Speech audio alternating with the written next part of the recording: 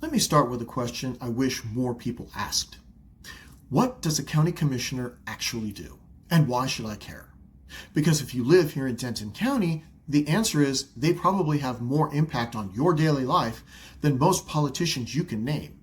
And right now, we've got a live case study playing out in Precinct 4 that shows exactly how that power works and how few people it actually takes to control it.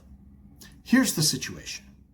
There were 4 candidates in the Republican primary for the Denton County Commissioner in Precinct 4. Nobody got over 50%, so now the top 2, David Wiley and Valerie Roars, are headed for a runoff in May. At the same time, the Democratic candidate in that race was unopposed. And in the other precinct, both parties had uncontested candidates. So already, most of these races are effectively decided before most voters ever engage. Now here's the key part most people miss. Primary elections already have low turnout. Runoffs have even lower turnout. So the number of people who will ultimately decide this race is probably going to be a very small fraction of Denton County's population. Now, a lot of people hear county commissioner and think, oh, that's just local stuff, roads and maybe some permits. Yes, and also a lot more than that. In Texas, the commissioner's court, despite the name, is not a court. It's the executive body of the county. It controls the county budget, infrastructure planning, land use decisions, and emergency services funding. In a county the size of Denton, approaching about 1 million residents, that's billions of dollars and long-term decisions that shape how the region grows. So this isn't small, it's just quiet. So let's walk through how power actually flows here. Step 1, candidate filtering. Candidates typically emerge through party networks, local relationships, and donor circles. By the time you hear their names, they've already cleared several invisible hurdles. Step 2, primary election. A relatively small number of voters, compared to the full population, choose between those candidates. In this case, 4 candidates split the vote. Step 3, runoff election. Because no one hit 50%, the race moves to a runoff. Turnout drops even further. So now, an even smaller group of voters decides between the top 2. Step 4, general election, sometimes optional.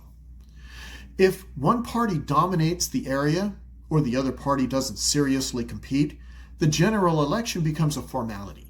And just like that, the people making decisions for an entire county are effectively chosen by a very small percentage of residents. And look, I say this as a libertarian, so I'm already the guy at the party asking why the party exists. I'm not here to tell you, hey, go jump into this primary system I don't believe in.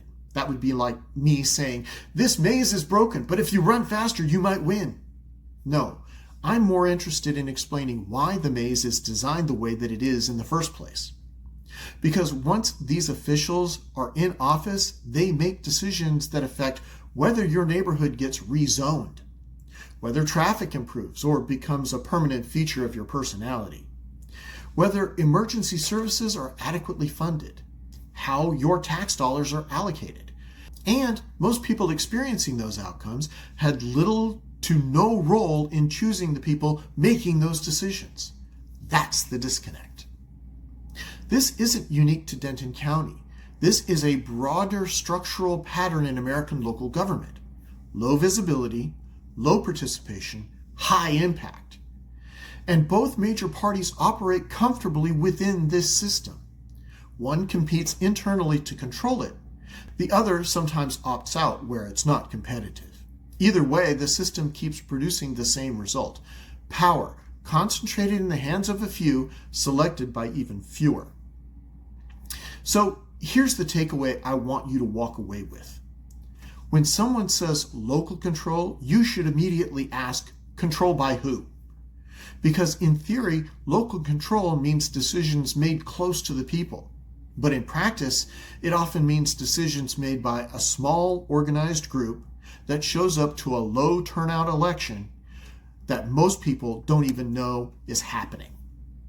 Here in Denton County, 5 people, 4 commissioners and a judge, will shape the future of nearly 1 million residents. And they'll get there through a process that maybe 5% of the population meaningfully participates in. That's not a conspiracy.